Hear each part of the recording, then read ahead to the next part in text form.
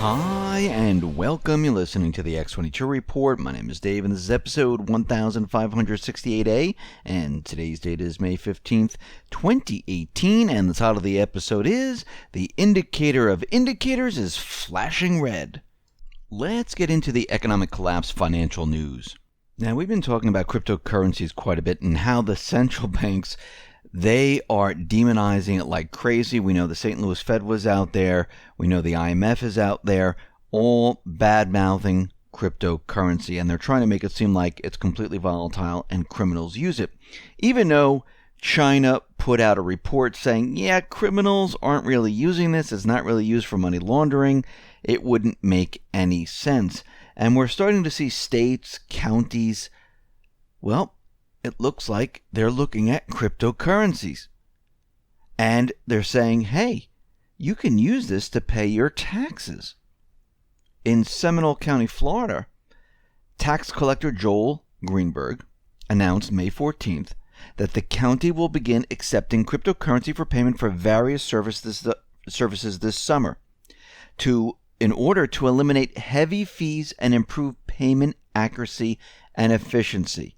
Because the blockchain is a truth system. It's a ledger that keeps track of pretty much everything that you do. Now, the county will accept Bitcoin and Bitcoin Cash to pay for services, including property taxes, driver's license, ID cards, as well as tags and titles. The Seminole County tax collector will employ the blockchain payments company BitPay, which will allow the county to receive settlement the next business day directly to its bank account in U.S. dollars.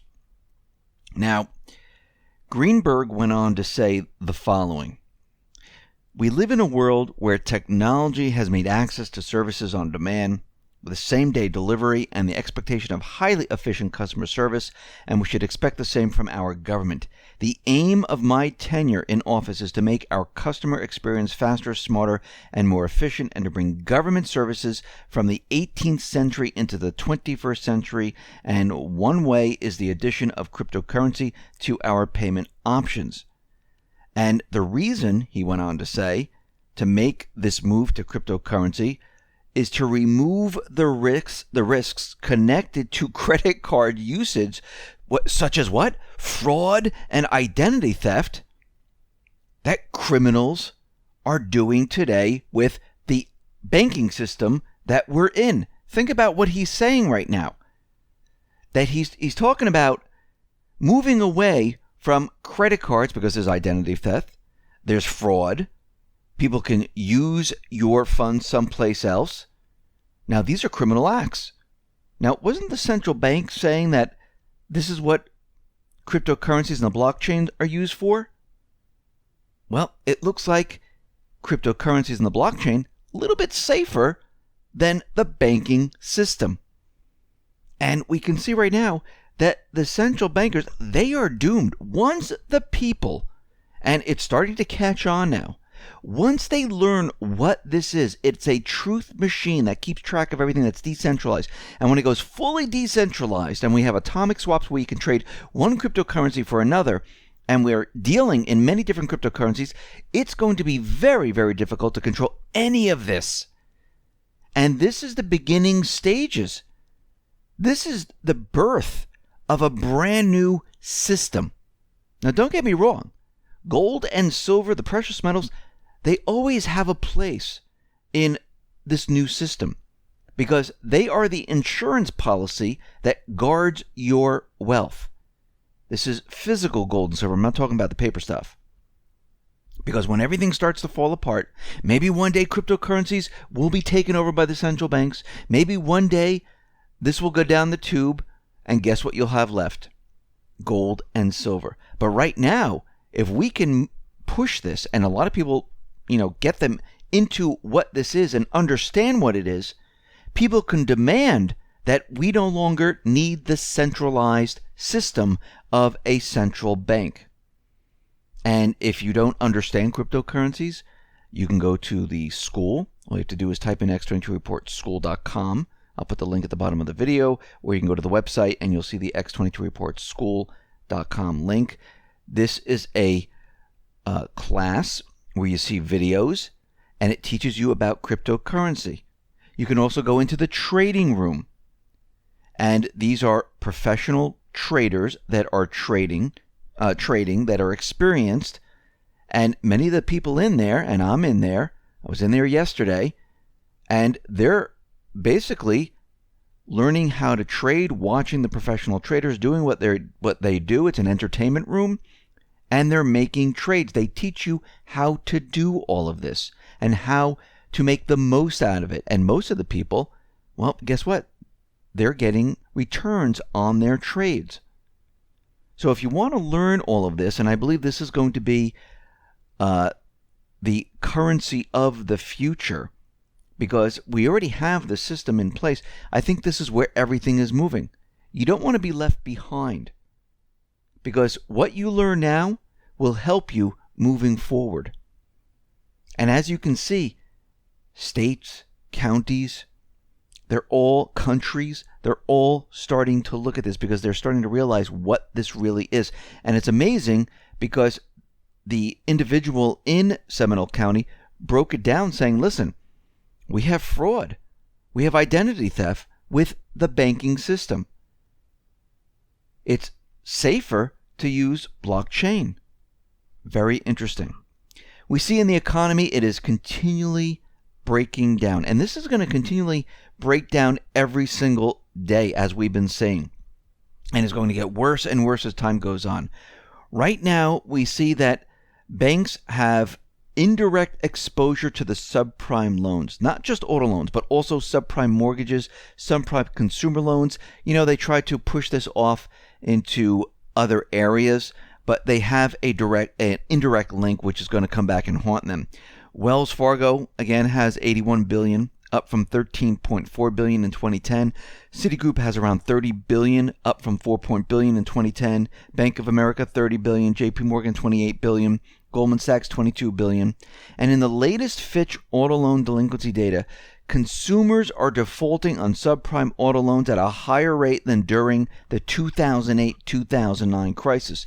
Now, we're supposed to be in a recovery.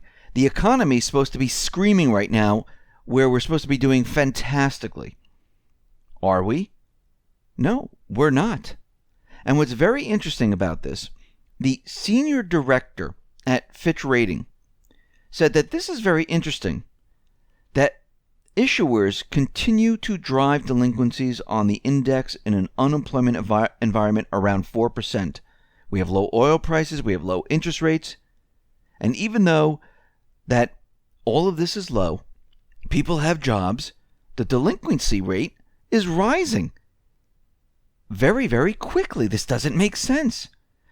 He went on to say there's no logical explanation why an economy as strong as this one, subprime delinquencies should be soaring. Well, take a look around. We're not in a strong economy. These are manipulated numbers, just like they manipulated them back in 2006, 2007 with subprime security. They're doing the same thing. This is why people can't make head and tail of this, because they don't understand that all of this has been manipulated. We've gone over these numbers time and time again, showing that these numbers, they were manipulated way back. I mean, if you go to Shadow Stats, who are using the old calculation, we're seeing unemployment around 20%. We're in a recession right now. And all they're doing is keeping everything alive with fake data. And the corporate media is just pushing fake information to make everyone believe that everything is great. But it isn't. Look at all the retail stores that are closing. This is not because everything's moving to online. If that was true, we would see it a 1-to-1 ratio, where everyone's saying, you know what, I'm not going to go to the mall anymore. I'm not going to the strip malls. I'm going to take my business over to online. So you would see the drop in retail and then the increase in online. But we are not seeing that. We also see that automobile sales, they are starting to decline. We're seeing retail sales growth. It is slowing. We see fuel costs are rising. And again, they're going to include fuel costs in retail to make it look like it's doing a lot better than it really is. But as we see fuel costs rise, guess what? Products are going to cost more to ship to different locations, which means we're going to start to see more inflation, most likely starting out with food as fuel prices continually rise. And we're seeing that the core retail sales, ex-autos, ex-gas, have slowed and missed expectations. And if we take a look at it, we see electronics, they're down by negative 0.1. We see health and personal care stores down negative 0.4%. We see sporting goods, hobby, book, and music stores down negative 0.1%. We see food services and drinking places down negative 0.3%. Once again, we're seeing that everything is slowing. I mean, look at Argentina right now. We talked about how the peso is completely falling apart. They're looking at the IMF to help them out. And once again, we see that they're making a deal with the IMF, which means there's going to be austerity measures implemented in the country. Now, thousands of Argentinians, they're marching in Buenos Aires against the economic policies of the administration. And we see that the organizers and protesters say that the government will most likely make a deal with the IMF, which they have. It's going to worsen the economic situation, and they're going to have to implement austerity on the people. And they're saying, remember the last time the IMF helped them? The last time, what happened? It resulted in 1 in 5 joblessness, millions of people plunged into poverty, strict austerity measures, and the same thing is going to happen once again.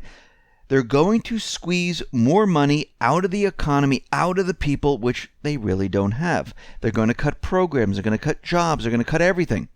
This is how the central bankers work. They're not really helping the country. They're keeping it in limbo and making the people pay the price. This is exactly what they are doing.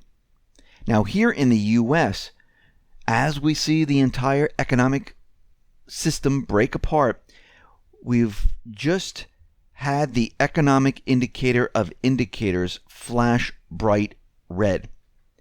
And it shows us that the economy is not growing.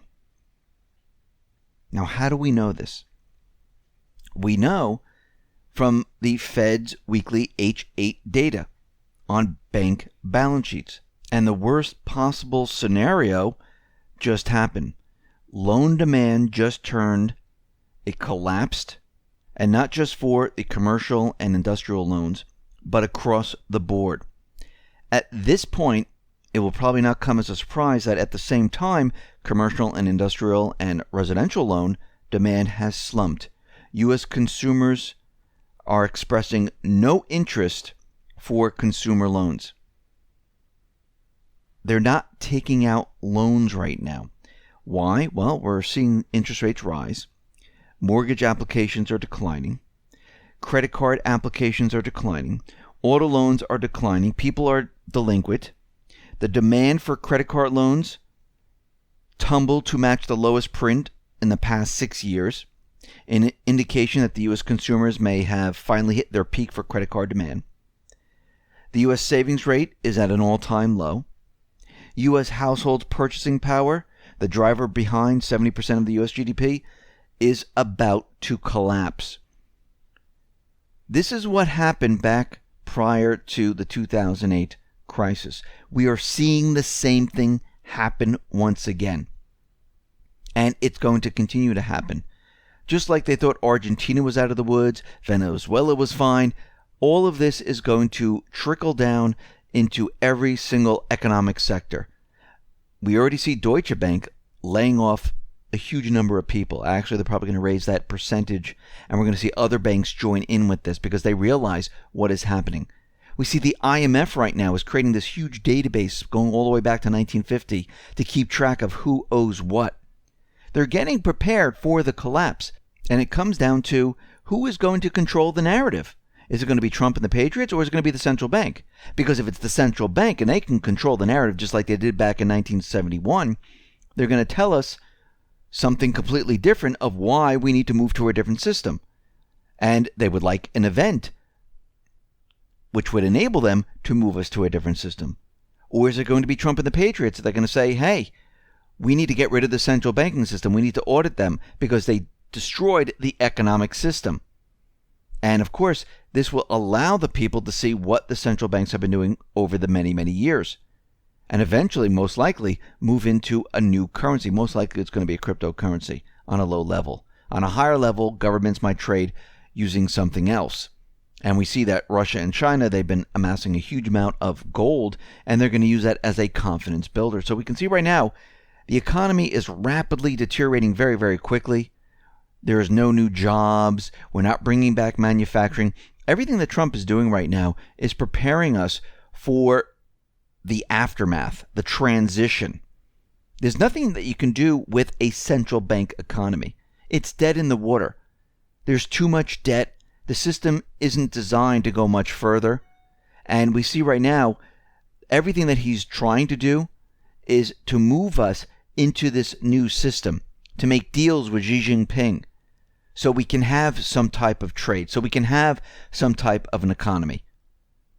And this is what this is all about around the world right now. It's all based back on the economic situation. It all goes back to the central bankers, the financiers of the deep state. So we can see right now, we are headed for this transition one way or another. You need to be prepared and ready for it. Listen, everyone, thanks a lot for listening. Be well, be safe, and especially be prepared. Thanks a lot.